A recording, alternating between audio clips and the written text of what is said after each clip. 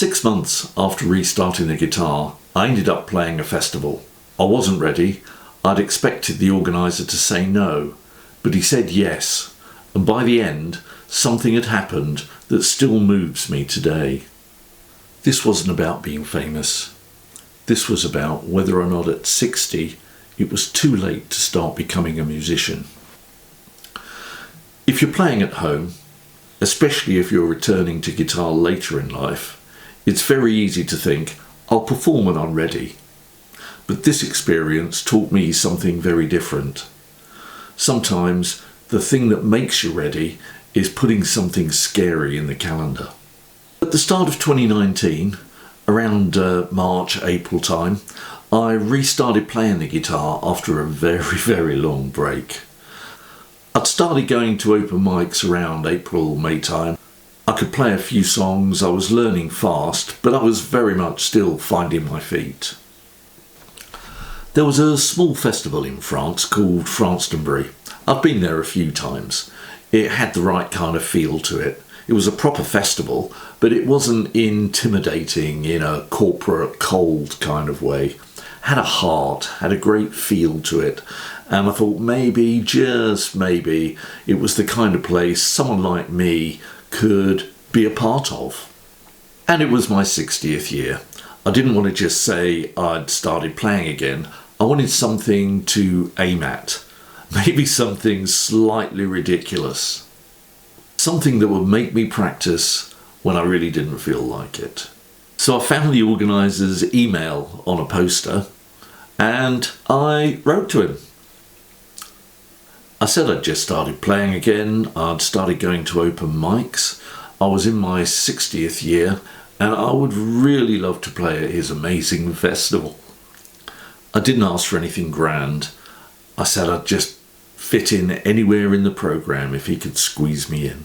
Honestly, I expected a no, or more likely no reply at all. He didn't just say yes, he embraced the story. He even told me I was just in time to get my name on the t-shirt.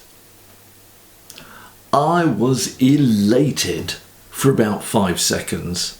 Then I was terrified. The first thing that became clear was that I wasn't ready. I didn't have a polished festival set. I didn't even know what a polished festival set was, what it was supposed to look like. My set was basically going to be every song I knew and a few more that I was going to have to learn. I know I started with Ain't No Sunshine.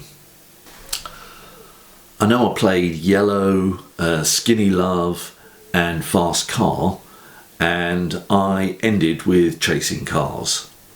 But the important thing was that practice now had a purpose.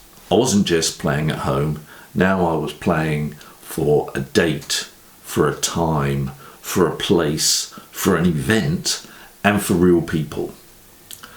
A week before the festival, I answered a Facebook ad looking for people to play at a Chateau garden party.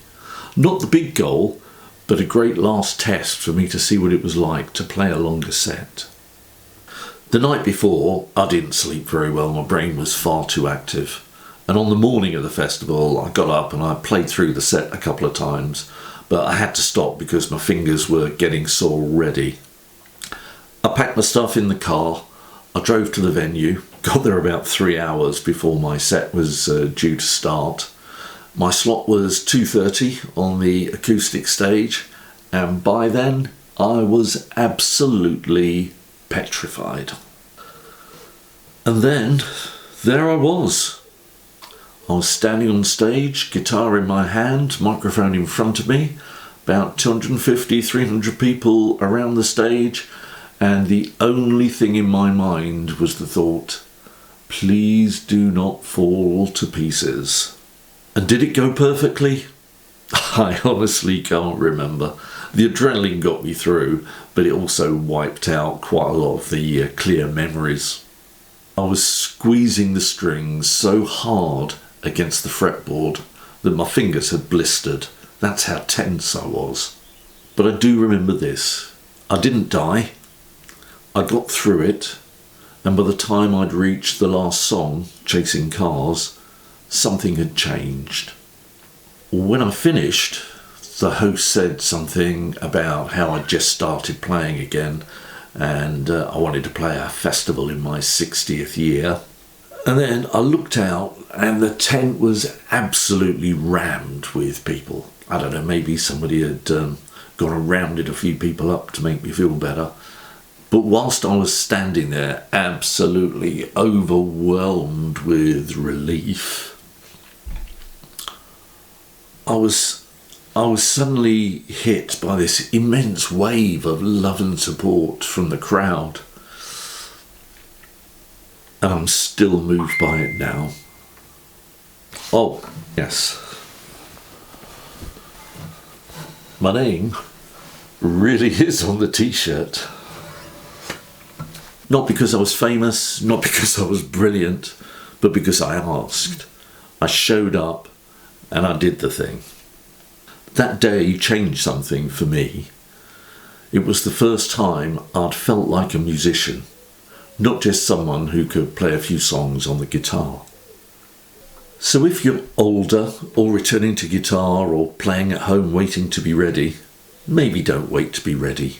Pick a dream, something that's important to you. It doesn't have to be a festival. It could be an open mic or a garden party or just playing in front of some friends.